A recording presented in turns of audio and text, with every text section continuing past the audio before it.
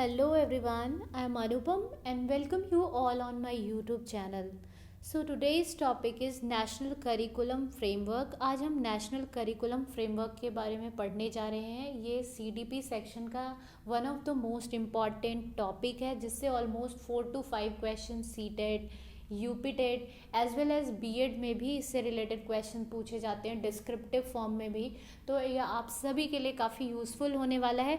तो आइए हम इसे स्टार्ट करते हैं.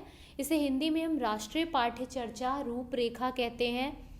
NCF 2005 बेसिकली एक रिटन डॉक्यूमेंट्स है जिसमें कुछ गाइडलाइंस लिखे हुए हैं for making curriculum for teachers and for text book की मतलब करिकुलम हमारा कैसे प्रिपेयर किया जाएगा, टीचर्स को कौन से टीचिंग एड्स मटेरियल्स यूज़ करने हैं, प्लस जो टेक्स्ट बुक होगा वो कैसे डिज़ाइन किया जाएगा. इसे NCERT ने प्रिपेयर किया है. ये NCERT के द्वारा प्रिपेयर किया गया है जो कि एक रिटन डॉक्यूमेंट है जिसमें गाइडलाइंस लिखी हुई है.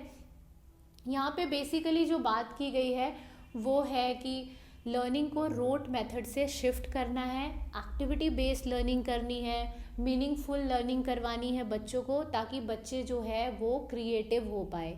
जो हमारा NCF 2005 है वो प्रोसीड करता है 3 NCF को, मतलब इससे पहले भी 3 NCF आ चुके हैं उनको ये प्रोसीड करता है. उसके बाद ये NCF बनाया गया है.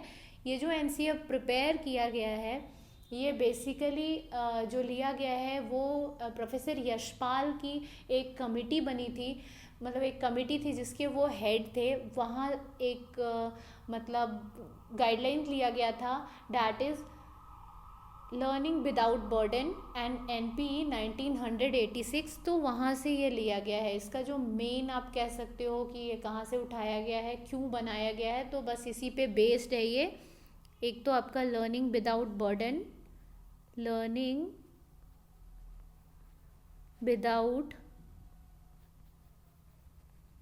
बर्डन एंड जो सेकंड वन है आपका वो है NPE 1986 से ये लिया गया है. तो आइए अब इसको हम डिटेल में स्टडी करते हैं.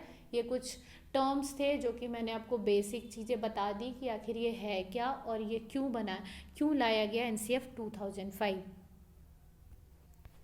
Yes, so NCF is prepared by NCERT.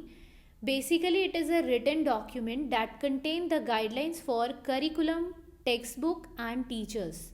It has based its policies on previous government reports, education such as learning without burden that I have already discussed.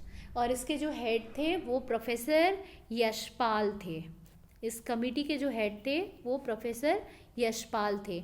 National policy of education 1986. It focuses on group discussion. यहाँ group discussion में भी focus किया गया है.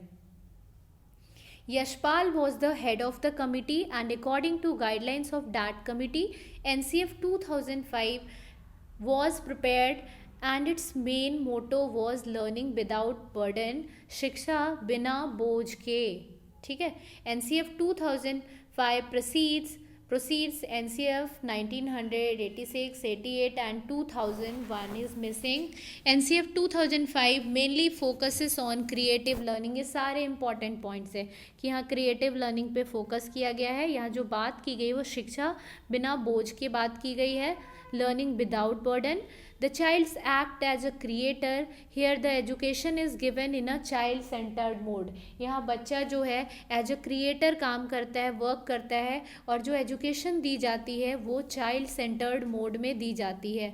Teacher will act as a facilitator. Teacher का काम as a facilitator है, सुविधादायक है. वो सिर्फ एक मॉनिटर करने का काम करेंगे टीचर, वो बच्चों को इंटरप्ट नहीं करेंगे.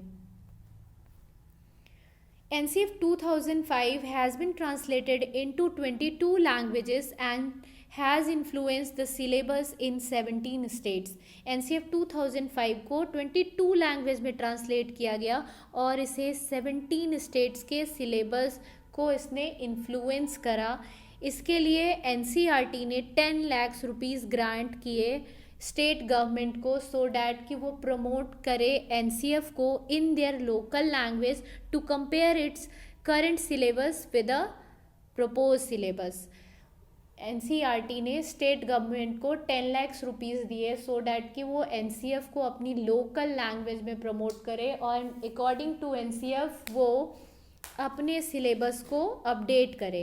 This exercise is being executed with the support of state council for education research and training and district institute of education and training. इस एक्सरसाइज को कैरी ऑन किया गया एससीईआरटी एंड डाइट की हेल्प से। अब हम next one is reason for implementing NCF. NCF को आखिर लाया क्यों गया, इसके पीछे क्या रीजंस थे। तो first, long walk to school, बच्चों का स्कूल काफ़ी दूर था। हैवी स्कूल बैग, उनके स्कूल बैग्स भी काफ़ी हैवी थे।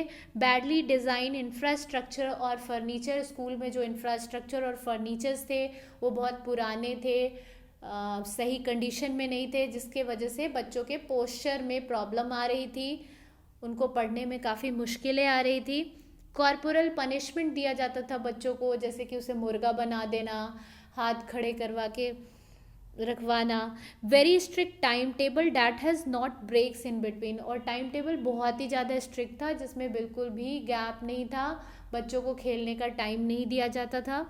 Road and monotonous learning style थी, वही रट रट के पढ़ना, बच्चों को एक ही वे में पढ़ाना, एक ही डंडे से हाँकना, ये सब चल रहा था, जिसकी वजह से एनसीएफ को इम्प्लीमेंट किया गया। नो क्रिएटिव एक्टिविटीज़, कोई क्रिएटिव एक्टिविटीज़ नहीं थी। अब कुछ महत्वपूर्ण बिंदु है जो कि हिंदी में मैंने लिख रखा है। यहाँ बच्चों के स्कूल बैग के भार को कम करने का सोचा गया। बच्चों को रचनात्मक तरीके से पढ़ाने के लिए उपकरण लाए गए। बच्चों को केंद्र में रखा गया। शिक्षक का काम सिर्फ फैसिलिटेटर का था, जबकि बच्चे अपने ज्ञान का निर्माण स्वयं करते हैं। शिक्षक बच्चों को किसी भी प्रकार का कॉर्पोरल पनिशमेंट नहीं देंगे, जैसे मुर्गा बनाना, हाथ ऊपर करके खड़ा करना जैसी पनिशमेंट नहीं दे सकते हैं।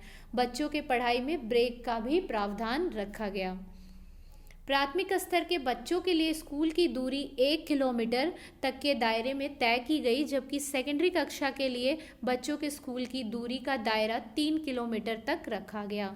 इंफ्रास्ट्रक्चर ऐसा बनाया जिससे बच्चों को बैठने में या पढ़ने में किसी भी प्रकार की परेशानी न हो।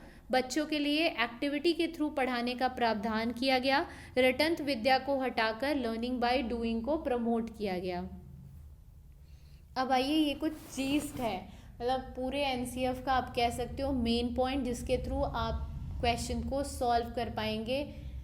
ठीक है, तो जीस्ट ऑफ एनसीएफ 2005, और you can say very important lines for solving any question based on NCF 2005, and I have already discussed कि 4 to 5 मार्क्स के क्वेश्चन इस टॉपिक से पूछे जाते हैं। वैसे भी अगर आप टीचर बनने जा रहे हो तो आपको ये पता होना चाहिए, ये आपकी पेडागोगी में भी आपको उतना ही हेल्प करने वाला है। तो first point is to shift from rote learning, connecting note to life outside, examination system should be more flexible, curriculum go beyond textbook, nurturing and overriding identity। तो अब हम इसे डिटेल में पढ़ते हैं।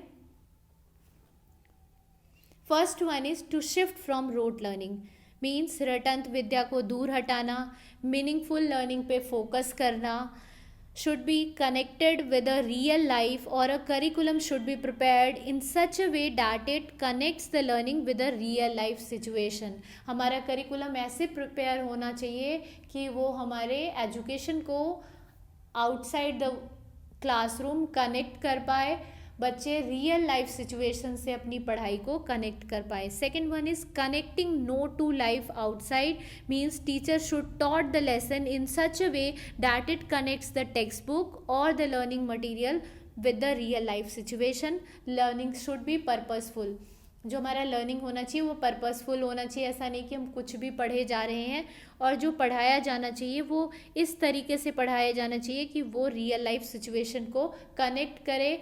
इसके लिए टीचर टीचिंग में various teaching methods, various teaching materials का यूज़ कर सकते हैं, एक्टिविटी करवा सकते हैं। Guiding principle number 3, examination should be more flexible. Examination system जो होना चाहिए वो फ्लेक्सिबल होना चाहिए, कोई हार्ड एंड फास्ट रूल नहीं होना चाहिए। छोटे छोटे एग्ज़ाम्स कंडक्ट करने चाहिए. There should not be any hard and fast rule to conduct the examination. Give emphasis on CCE so that holistic development can take place. इसी की वजह से CCE को लाया गया 2009 में, ताकि बच्चों का holistic development हो पाए, overall development हो पाए. holistic development का मतलब है कि बच्चों का physical, social, emotional सारे aspects develop हो पाए. और according to this FA and SA और को करिकुलर एक्टिविटी पे फोकस्ड किया गया. Next one is curriculum go beyond text book. Means जो हमारा करिकुलम ऐसा होना चाहिए कि वो टेक्स्ट बुक की बाहर की दुनिया को भी कवर कर रहा हो.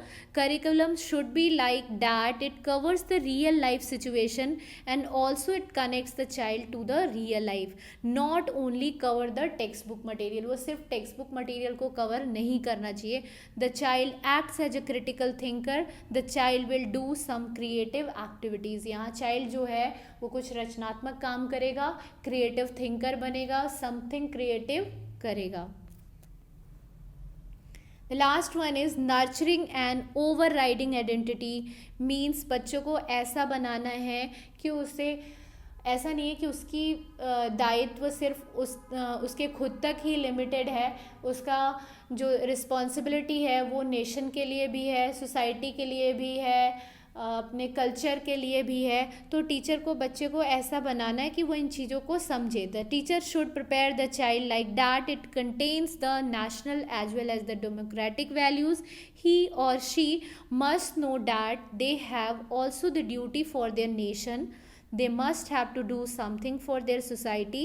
They must have some moral values and must carry some cultural values. So this is all about the NCF 2005. I hope so आप सभी को मेरा ये वीडियो पसंद आया होगा. अगर आपको ये मेरा वीडियो पसंद आया है तो प्लीज़ वीडियो को लाइक करें और चैनल को सब्सक्राइब करें. Thanks for watching this video. Thank you.